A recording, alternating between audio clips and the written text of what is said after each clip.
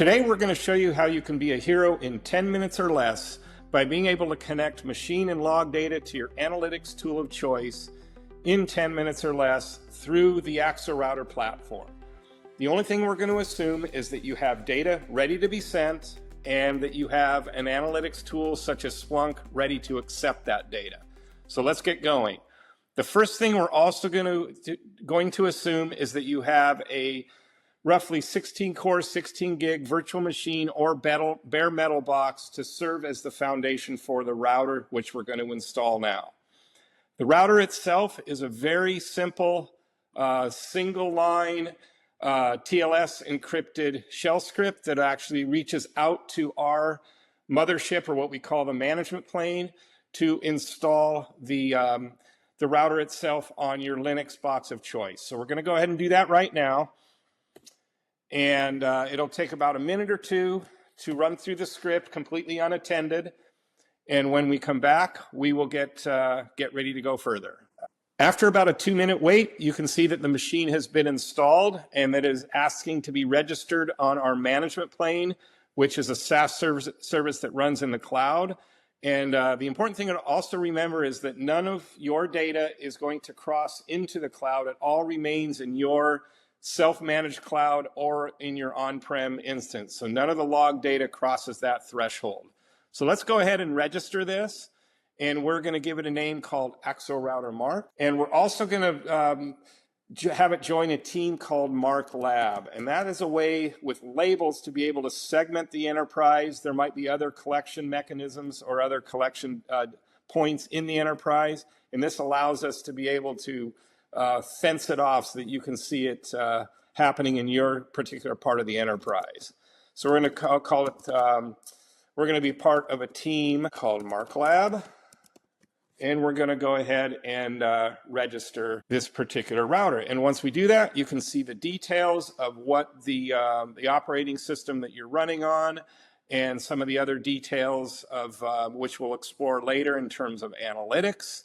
And now we're going to go back to the topology view that we started with the clean slate that we saw earlier. And now we see that we have our collector and router called AxoRouter Mark installed.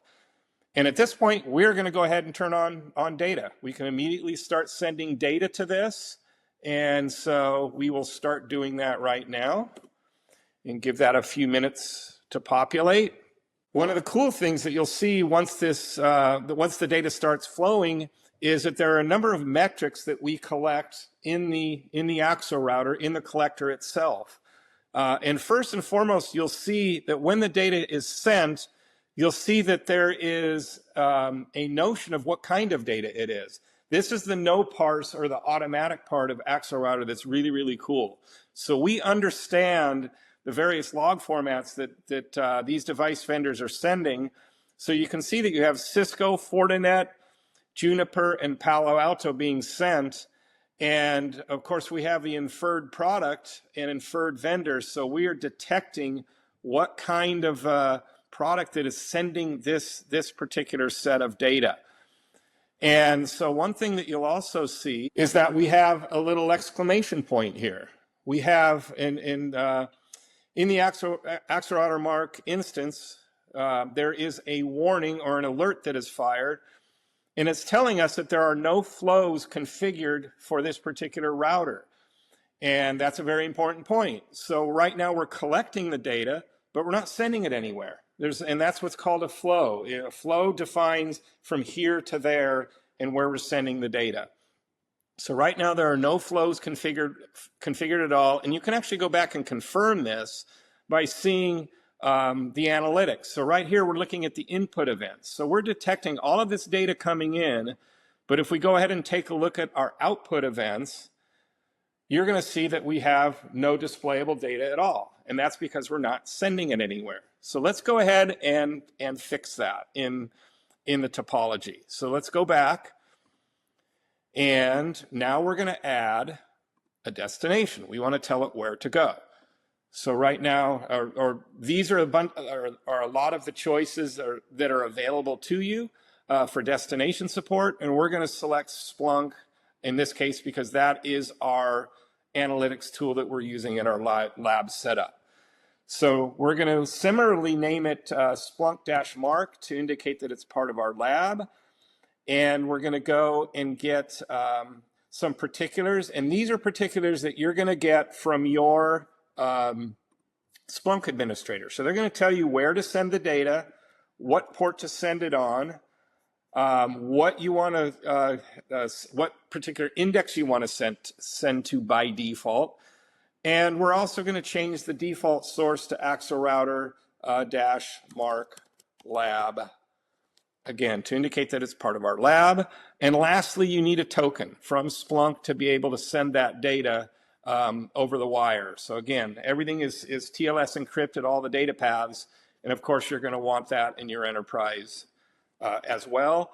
And since this is a lab environment where we don't have a trusted certificate chain, I'm going to actually uncheck that. That is something that you will probably leave checked in production. So we're going to go ahead and create this. We're going to do two things. We're going to create this destination. And then as the alert told us, we don't have a flow. So let's go create this first. It's going to go ahead and create this.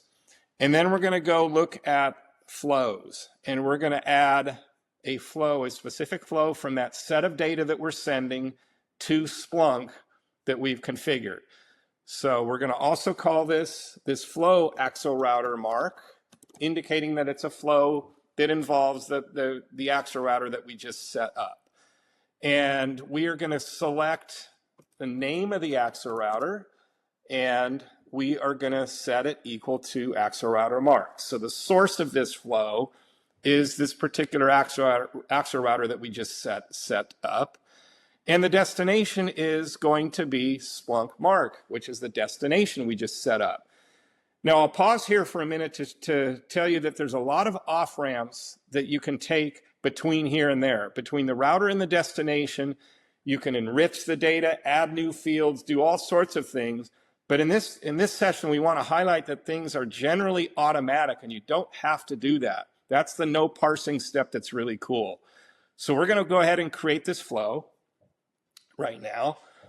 And you're going to see that once that flow is created, we're going to go back to the topology. And you're going to see that now there is a connection between AxoRouter mark and Splunk mark. And after enough data has gone by, you'll see this error disappear. But before that happens, I want to show you what happens on the source side. So right now, this is collecting data, but to visually see that, you can go and register the sources that are collecting. And again, a number of sources are automatically detected by AxoRouter, but these are the specific ones that are being sent right now. So we can go ahead and register these. And this is the device name that's being sent. And we're also going to set the team name to MarkLab. So again, so that we segment these sources, to be a part of this particular section of the enterprise. We're going to go ahead and create this registration. And similarly to the way that we did the first time, we're going to do the other three. And once everything is set up, you can now see that there's a roughly equal distribution of events per second coming in on all four of these data sources. So right away, you can see if there's dropouts in data or if there's extra data coming in, all of this is alertable as well. So in addition to the deeper level analytics, you get a high level view of what is happening on the overall enterprise and the topology view.